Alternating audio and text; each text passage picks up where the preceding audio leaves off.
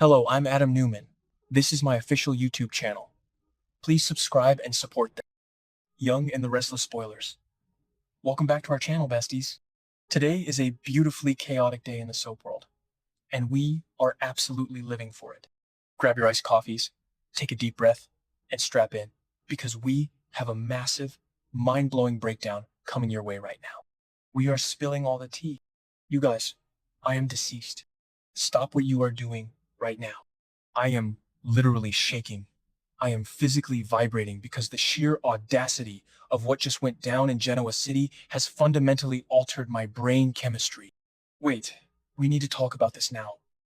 I'm literally filming this while I'm running errands, speed walking through the aisles of Target like an absolute maniac, dodging shopping carts, because I just had to jump on here and vent.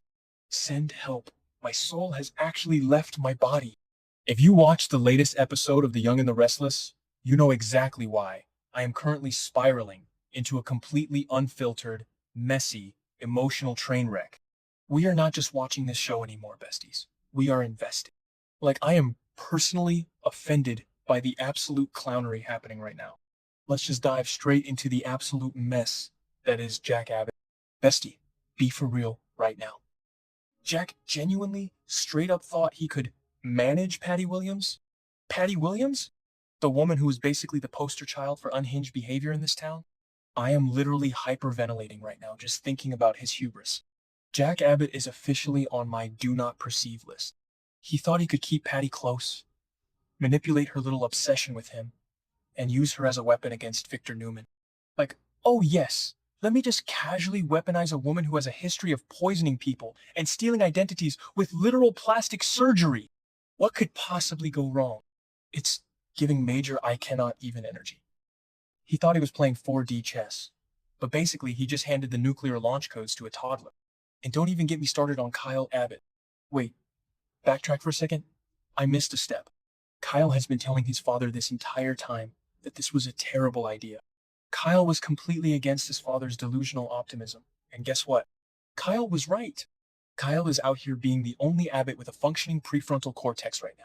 Did I say that yet? Ugh, my brain is mush. Moving on, but seriously, Kyle and Diane have actually been getting along so much better lately. Kyle pointed out that he and his mom have been bonding, mostly because of all that shared trauma from the tornado. Yes, the tornado. That natural disaster literally brought them closer, and now Kyle is forced to watch his dad fumble the bag so astronomically that his mother is straight up missing. Oh my god. The moment Patty confronted Jack, I was mid-skincare and smeared charcoal mask all over my expensive cream rug. I literally had to yeet my phone across the room. Jack is standing there, looking all smug, and Patty just casually admits she knows exactly what happened to Diane. And then she pulls out a photo. A photo of Diane, looking completely unconscious, locked in a white padded cell. The look on Peter Bergman's face, you guys, the sheer, unadulterated panic. Jack's soul left his body faster than mine did. He is panicking, he is stunned, he is completely terrified because he suddenly realizes that Patty isn't just a pawn in his little war against the mustache. She is the mastermind holding his wife hostage. Meanwhile, let's check in on our girl Diane Jenkins Abbott, who is currently living in an actual psychological horror movie. She wakes up in this strange, unfamiliar room, totally disoriented. She realizes she's locked in. There are bars on the windows. She doesn't know this, Doctor. Lawrence Markham creeped from a hole in the wall, but she instantly realizes she is in a life-threatening situation. The stakes are astronomical, besties. Diane is looking around this weird, creepy room, which is honestly so unhinged. The decor is just giving me major serial killer vibes. Like, who even chose those curtains? Anyway, she looks at the bookshelf, and what does she see? Books written by the late Dr. Ellen Laurent.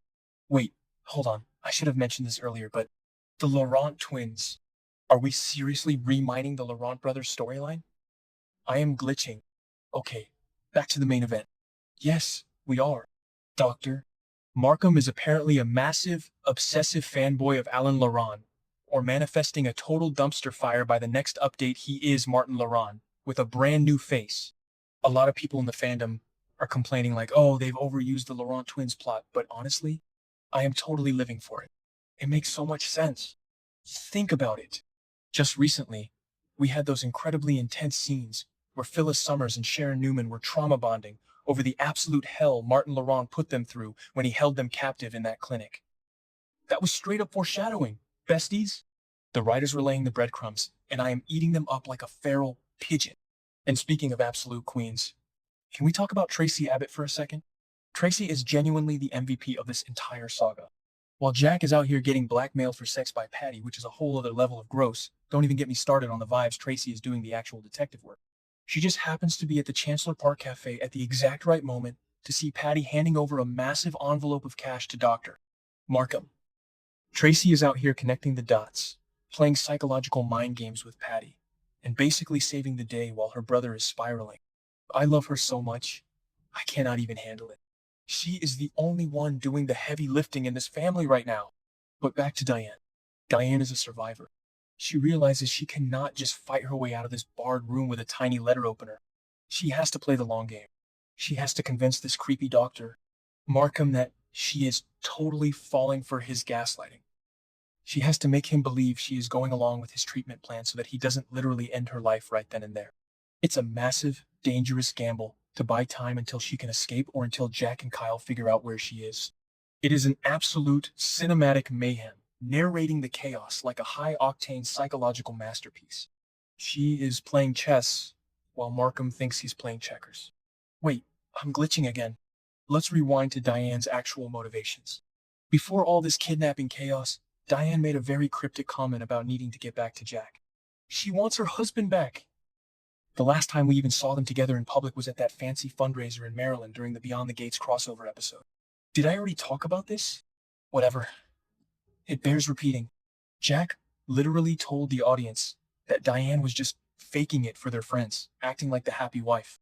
But the truth is, the tornado trauma and the horror of this kidnapping are pushing them toward a massive reconciliation. This isn't just about a marital dispute anymore. This is about survival and realizing who you truly love when your life is on the line. So, where does this leave Jack's grand master plan? Bestie, the plan is in shambles. Jack originally wanted to keep Patty close so he could use her to destroy Victor Newman. But that plan never, ever included Patty going rogue and kidnapping his wife. Jack is incredibly resourceful though. He knows he has to pivot, and he has to do it right now. He has to appease Patty because she literally holds Diane's life in her hands. He has to play along with her twisted little fantasy, maybe even recreate that magic on the yacht, which, ew, I am physically gagging just thinking about it. Don't even get me started on the vibes, but he has to do it. He has to swallow his pride and play the ultimate game of deception. And here is the kicker. Jack can still use this. It is an unexpectedly perfect time to extract as much information as humanly possible from Patty about Victor. Jack can still use Patty's bizarre, unstable affection for him as a weapon against the mustache. He just has to perfectly harness this incredibly volatile energy without blowing himself up in the process. I'm calling it, the villain arc is about to go nuclear. The stakes have never been higher, the drama is absolutely top tier, and I am genuinely going to need a full week to recover from this. Manifesting a complete and total breakdown of the Newman-Abbott rivalry by Friday. Okay, I genuinely have to stop recording because people in this store are staring at me like I belong in the padded cell next to Diane. But I do not care. This situation is now my entire personality and I am not okay. Let me know in the comments if you are also hyperventilating, and I will see you in the next update. Ugh.